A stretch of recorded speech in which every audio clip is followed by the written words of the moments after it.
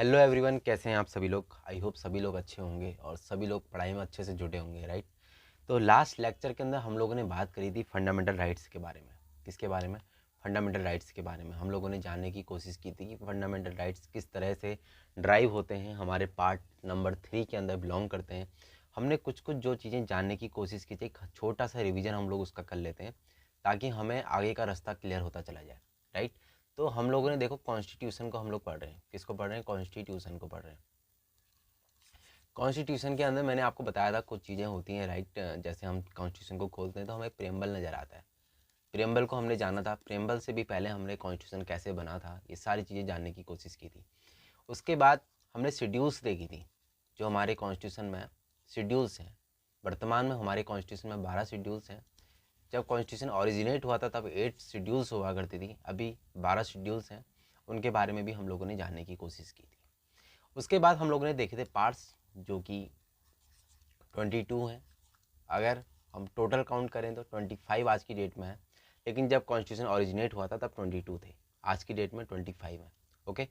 तो अमेंडमेंट के द्वारा जाहिर सी बात है कि अगर कोई चीज़ बड़ी है या कोई चीज़ घटी है तो उसमें कुछ ना कुछ अमेंडमेंट हुआ है। अमेंडमेंट बोले तो संशोधन, यानी कि कुछ ना कुछ चेंजेस उसके अंदर हुए हैं। तो चेंजेस कौन कर सकता है कॉन्स्टिट्यूशन के अंदर? Only parliament. पार्लियामेंट को ही ये अधिकार है कि वो कॉन्स्टिट्यूशन अमेंडमेंट कर सकती है। तो हम लोगों ने पार्ट के अंदर जो तुम्हारे 25 पार्ट्स हैं उसके अंदर हमने फर्स्ट पार्ट देख लिया था, यूनियन एंड टेरिटरी। उसके बाद सेकंड पार्ट जो सिटीजनशिप वाला है उसको भी हम लोगों ने देखा था। And third part fundamental right, जो कि मोस्ट इंपॉर्टेंट पार्ट है, उसको भी हम लोगों ने कल तक जानने की कोशिश की, राइट। जो हमारा आर्टिकल नंबर 12 से लेकर आर्टिकल नंबर 35 तक डील करता है। जैसे कि आर्टिकल नंबर 12 जो है किसको बताता है? स्टेट की डेफिनेशन को बताता है हमारे पार्ट नंबर 3 के प्रोस्पेक्टिव में। ऐसी सेम जब हम डीपीएससी पढ़ेंगे, डीपीएससी बोले तो directive principles of state policy, मतलब स्टेट को पॉलिसी बनाने के लिए कुछ प्रिंसिपल्स को फॉलो करना होगा। ये मैंडेटरी नहीं है बट फॉलो करना होगा, ठीक है। जैसे हमारे बड़े बुजुर्ग हमें अच्छी अच्छी बातें बताते हैं ना, हमें बताते हैं कि आपको ऐसा करना चाहिए, आपको वैसा करना चाहिए, बट क्या सारी बातें हम मानते हैं? मैंडेटरी नहीं है तो हम जो चीज़ें हमें अच्छी लगती हैं मानते हैं। हम अपने कर्तव्यों का पालन करने के लिए, हम एक अच्छी लाइफ जिए उसके लिए वो हमें क्या बताते हैं? कोई इंस्ट्रक्शंस देते हैं, देखो आपको ऐसे करना है, आपको गलत काम नहीं करना, आपको अच्छे काम करना। ऐसी कुछ प्रिंसिपल्स हमारे स्टेट को दिए गए हैं कि आप पॉलिसी जब भी बनाओ ना तो इन चीज़ों का ध्यान रखो। ओके। तो ये थे डायरेक्टिव प्रिंसिपल्स जिनकी हम अब बात करने वाले हैं, जो हमारा पार्ट नंबर 4 है। Part number 3 fundamental rights, part number 4 ऐसी। पार्ट नंबर 4 कहाँ से डील करता है? 36 से लेकर 51 आर्टिकल तक। आर्टिकल नंबर 36 से लेकर आर्टिकल नंबर 51 तक हमारे डीपीएसपी जाएंगे। जैसे आर्टिकल नंबर 12 बात कर रहा था, डेफिनेशन की बात कर रहा था, किसके प्रोस्पेक्टिव में? पार्ट नंबर 3 के प्रोस्पेक्टिव में। सेम ऐसी बात करेगा आर्टिकल नंबर 36, वो भी डेफिनेशन बताएगा स्टेट की और वो भी बात करेगा। लेकिन डेफिनेशन वगैरह ठीक है, आर्टिकल्स पढ़ेंगे हम, आर्टिकल 36 से लेकर आर्टिकल 51 तक पढ़ेंगे। लेकिन उससे पहले आज की इस क्लास के अंदर हम लोग जानेंगे डीपीएसपी होते क्या हैं, कितने टाइप के होते हैं, किस तरह से होते हैं, क्या इनकी खासियत है, इन सब चीज़ों के बारे में बात करेंगे। कल से हम इनके 1 बाय 1 आर्टिकल्स पढ़ेंगे। ओके। होप चीज़ें आपको क्लियर हो रही होंगी। हो रही हैं तो यस बोलिए, अदरवाइज हम आगे बढ़ते हैं। सॉरी। अब देखो भाई, होता क्या है, हम लोग डायरेक्टिव प्रिंसिपल्स को पढ़ने जा रहे हैं। डायरेक्ट प्रिंसिपल मैंने आपको बताया क्या हो रहा है। 36 से लेकर आर्टिकल नंबर 51 तक जो है क्या कर रहे हैं? डील कर रहे हैं। ओके। तो ये जो डायरेक्टिव प्रिंसिपल्स हैं ये इन्फोर्सेबल नहीं है कोर्ट्स के द्वारा, ध्यान रखिएगा। ये प्रिंसिपल्स हैं। दो तरह के राइट्स होते हैं हमारे पास में, एक होते हैं फंडामेंटल राइट्स जो कि जनरली हमारे कॉन्स्टिट्यूशन के द्वारा दिए गए हैं हमें, फंडामेंटल राइट्स पार्ट नंबर 3 के थ्रू। एक होते हैं हमारे डीपीएसपी के द्वारा नॉन जस्टिसेबल राइट्स हैं ये। ओके। वैसे अगर राइट्स की बात करें, देखो कुछ कॉन्स्टिट्यूशनल राइट्स होते हैं जो हमारे कॉन्स्टिट्यूशन के अंदर लिखे हुए हैं, कुछ लीगल राइट्स होते हैं जो हमारे कॉन्स्टिट्यूशन के अंदर हैं और कुछ कॉन्स्टिट्यूशन के बाहर भी हैं। ओके। इसके अलावा कुछ फंडामेंटल राइट्स हैं, वो भी कॉन्स्टिट्यूशन राइट्स हैं क्योंकि हमारे कॉन्स्टिट्यूशन के अंदर वो चीज़ लिखी हुई है। ओके। तो ध्यान रखिएगा इस चीज़ को, फंडामेंटल राइट और लीगल राइट डिफरेंस क्या है, कई आपके सवाल दिमाग में आ रहा होगा। सिंपल सा एग्जांपल रखिए, जैसे मैंने आपको बताया था ना, राइट टू प्रॉपर्टी, ठीक है। राइट टू प्रॉपर्टी कहाँ हुआ करता था? आर्टिकल नंबर 31 के अंदर बिलोंग करता था, बट इसको क्या कर दिया गया? एक अमेंडमेंट के द्वारा इसको हटा दिया गया और उसको कहाँ रख दिया गया है? अभी अभी चला गया 300A के अंदर, वो एक लीगल राइट बन गया। ओके। चीज़ें आपको क्लियर हो रही है ना? ठीक है, हो रही हैं तो अच्छी बात है। अभी हम लोग देखते हैं क्या, directive principles of state policy, मतलब कुछ डायरेक्ट प्रिंसिपल्स हैं जिनको स्टेट को पॉलिसी बनाते वक्त लागू करना चाहिए। तो ये भी आपके राइट्स हैं एक तरह से, बट ध्यान रखिएगा ये जस्टिसेबल नहीं है। मतलब आप कोर्ट के पास जाओगे ना, सर देखो क्या यहाँ पर लिखा हुआ है कि स्टेट को लोक कल्याणकारी कार्य करने चाहिए, बट ये कर नहीं रहे, तो आप जो है इन पर आप एक कुछ केस फाइल कर दें। नहीं, ऐसा नहीं होगा।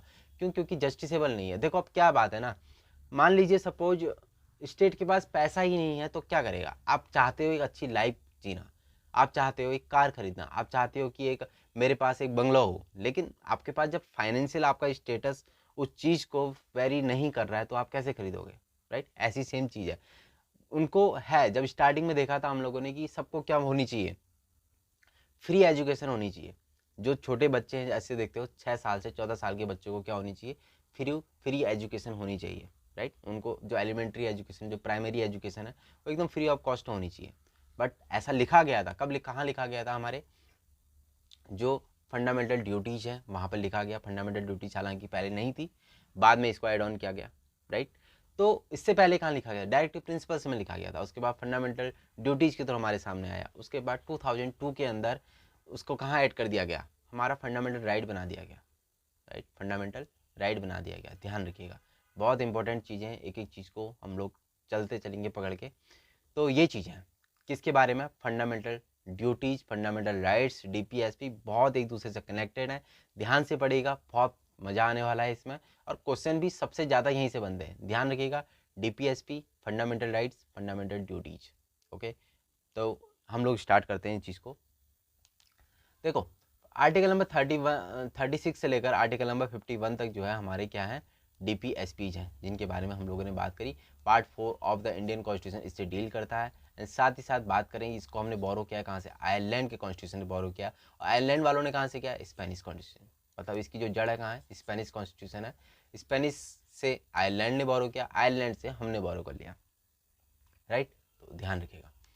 अब हम बात करें इसको एक्चुअल में, ये इसको सजेशन किसने दिया, इसका सजेस्ट किसने किया हमको? सप्रू कमेटी बनी थी 1945 के अंदर, उसी सजेस्ट किया था टू कैटेगरी के हमारे पास दो तरह के राइट्स होने चाहिए। दो तरह के इंडिविजुअल हमारे पास राइट्स होने चाहिए, एक जस्टिसेबल हो और दूसरे नॉन जस्टिसेबल हो। नॉन जस्टिसेबल है, उसका भी एक कारण था, मैंने आपको बताया, जितनी हमारी चादर होती है उतने ही पाँव पसारने चाहिए, ऐसी आपने कहावत सुनी होगी। सेम चीज़ है, देश जैसे जैसे डेवलप होता जाएगा उन्होंने इंस्ट्रक्शन को और ही ज़्यादा स्ट्रॉन्ग तरीके से फॉलो करता चला जाएगा। पर देश ही स्ट्रॉन्ग नहीं होगा, देश के पास पैसा ही नहीं, कैसे वो फ्री है एजुकेशन दे सकता है? कैसे वो जो पॉवर्टी से बाहर निकल सकता है जब उसके पास खुद पैसा नहीं है? तो राइट, तो जैसे जैसे हमारी देश की जीडीपी बढ़ रही है, जैसे जैसे हम लोग आगे बढ़ रहे हैं, वैसे वैसे हम लोग एक तरह से डेवलप हो रहे हैं। राइट, वैसे वैसे हमारे स्टेट के द्वारा इस तरह की पॉलिसीज बनाई जा रही हैं। ओके, तो याद रखिएगा, दो तरह के हमारे पास राइट्स होते हैं, जस्टिसेबल है, नॉन जस्टिसेबल। जो फंडामेंटल राइट्स हैं वो जस्टिसेबल है। आर्टिकल नंबर 32 आपको सुप्रीम कोर्ट, हाई कोर्ट जाने की अथॉरिटी देता है।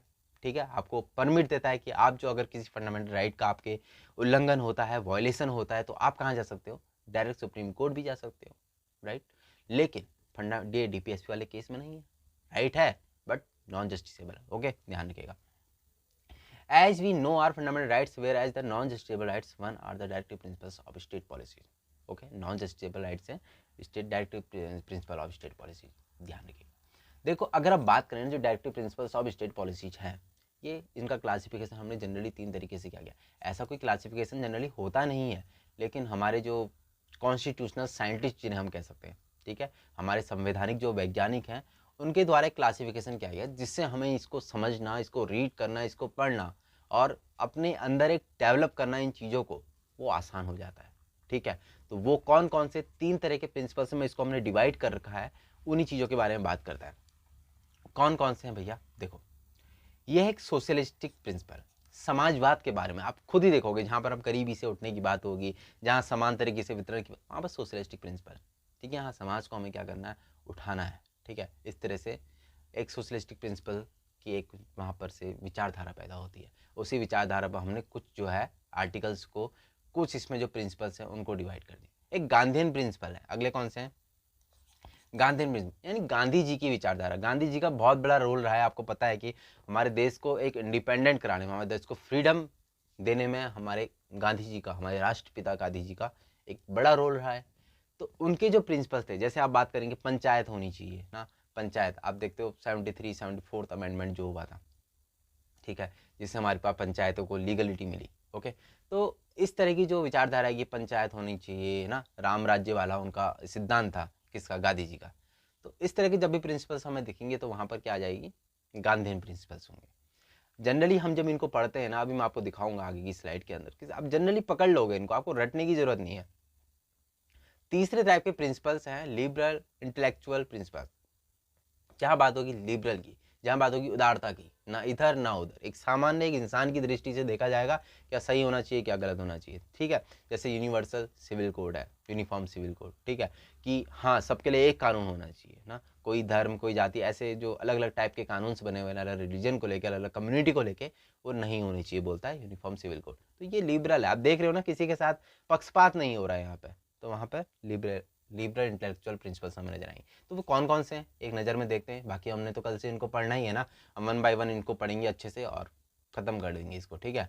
तो देखो भाई, डीपीएसपी जो सोशलिटी प्रिंसिपल्स होते हैं जिनसे कि मैंने आपको बताया, they are the principles that aim at providing social and economical justice, set the path towards the welfare state under various articles they direct the state to. एक चीज़ और मैं आपको बताऊं, देखो जो डीपीएसपी होते हैं ना वो आपको सोशल और इकोनॉमिक राइट्स देते हैं। क्या देते हैं, सोशल और इकोनॉमिक। हमारे पास जनरली हम प्रेम्बल में हम बात करते हैं किसके बारे में बात करते हैं, पॉलिटिकल राइट्स के बारे में बात करते हैं, हम बात करते हैं सोशल राइट्स के बारे में, हम बात करते हैं इकोनॉमिकल राइट्स के बारे में। देखो पॉलिटिकल राइट्स तो हमें मिल गए, कहाँ मिले हमें, फंडामेंटल राइट्स जो मिले हैं वो हमारे पॉलिटिकल राइट्स को डिफाइन करते हैं, राइट। वो हमारे एक तरह से पॉलिटिकल राइट्स हैं जो फोर्सेबल हैं, जो इम्फोर्सेबल है, ध्यान रखिएगा। लेकिन जो सोशल और इकोनॉमिक राइट्स होते हैं ना वो काफ़ी ज़्यादा कॉम्प्लेक्स होते हैं, उनको हम एकदम से ये नहीं कह सकते हम इनको दे ही देंगे, इस तरह की गारंटी इंश्योर नहीं कर सकते।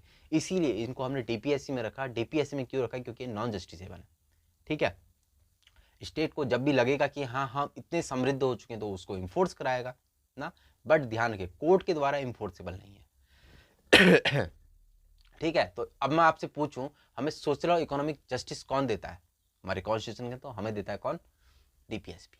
ओके, अगर हम पॉलिटिकल राइट्स की बात करें जो जस्टिसेबल है वो कौन देता है, फंडामेंटल राइट्स देता है, जो कि हमारे पार्ट नंबर 3 के अंदर है, आर्टिकल नंबर 12 से लेकर आर्टिकल नंबर 35 तक। ध्यान रखिएगा इस चीज़ को। अगर हम बात करें आगे, देखो ये सोशलिटी प्रिंसिपल्स है, आर्टिकल नंबर 38, ठीक है, एक मिनट दीजिए मुझे आप, ठीक हो गया।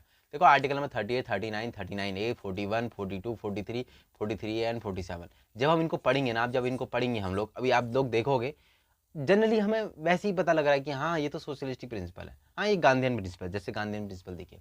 अब देखो डीपीएसपी जो गांधीयन प्रिंसिपल्स जो हैं, गांधीयन प्रिंसिपल्स क्या बोलते हैं, principle based on the Gandhian ideology, जो गांधी जी थे उनकी जो आइडियोलॉजी थी, जो उनकी विचारधारा थी, हाँ, जिस तरह से उन्होंने नेशनल मूवमेंट किया था उस दौरान उन्होंने बहुत चीज़ें देखी, वो जगह जगह गए, बहुत सारे उन्होंने आंदोलनों में, बहुत सारे सत्याग्रहों में उन्होंने पार्टिसिपेट किया, उन्होंने देश की स्थिति को जाना, उन्होंने सोचा कि हाँ यहाँ पर देखो ये प्रॉब्लम है, इस प्रॉब्लम का क्या सॉल्यूशन हो सकता है, इस तरह से सोच के उन्होंने कुछ अपने प्रिंसिपल्स को डेवलप किया। उन्हीं प्रिंसिपल्स को बेस बनाकर हमारे कुछ डीपीएसपी क्या किए गए, क्रिएट किए गए, ध्यान रखिएगा। उसमें कौन कौन से आर्टिकल्स हैं, आर्टिकल नंबर 40 जो पंचायतों की बात करता है, मैंने आपको शुरू में ही बताया।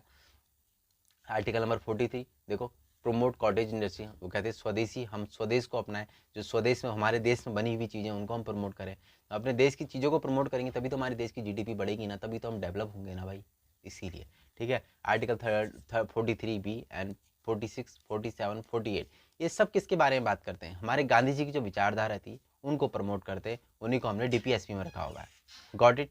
तो ठीक, आगे देखो भाई, देखो डीपीएसपी अगला जो हमने जो टाइप पढ़ा था, socialist, Gandhian principles and liberal intellectual principles. These principle reflect the ideology of liberalism, ठीक है, उदारता की जो आइडियोलॉजी है उसको अपनाते हैं। और इसमें कुछ आर्टिकल्स है लाइक 44, 45, 48, 49, 50, 51। अब ये मत सोचिए भी कि कैसे हमें रटना पड़ेगा, याद करनी पड़ेगी, नो मेरी जिम्मेदारी है, ठीक है। मैं जब पढ़ाऊंगा इनको तो आप बहुत अच्छे से इसको समझ जाएंगे, चीज़ों को कोई दिक्कत नहीं होने वाली है, ओके। अब हम बात करते हैं, देखो कुछ ऐसे डीपीएसपीज हैं जो बाद में ऐड ऑन किए गए, सारे तो चीज़ें पहले से नहीं हो सकती ना, हम समय के साथ साथ क्या करते हैं, डेवलप करते हैं अपने आप को। हम देखते हो कि आप भी खुद भी बड़े होते हो, आपको पता लगता होगा धीरे धीरे, हाँ मुझ में ये कमी है, मुझे इस पर काम करना चाहिए, राइट। तो आप लोग काम करते होंगे उस पर, नहीं करते तो करना शुरू कर दीजिए भाई, ओके। ऐसे हमारी प्रिपरेशन के दौरान होता है, जब हम फर्स्ट अटैम्प्ट देते हैं तो हमें लगता है कि यार इस बार नहीं हुआ तो क्यों नहीं हुआ, कुछ कमी यहाँ पर है इस सब्जेक्ट में, फिर हम उसको स्ट्रॉन्ग करते हैं। ऐसी सेम चीज़ हर चीज़ के साथ होती है, राइट। तो डीपीएसपी कुछ नए ऐड ऑन किए गए, 46, 42nd अमेंडमेंट के द्वारा 1976 के अंदर हुआ था, जिसको हम क्या मिनी कॉन्स्टिट्यूशन भी कहते हैं, राइट।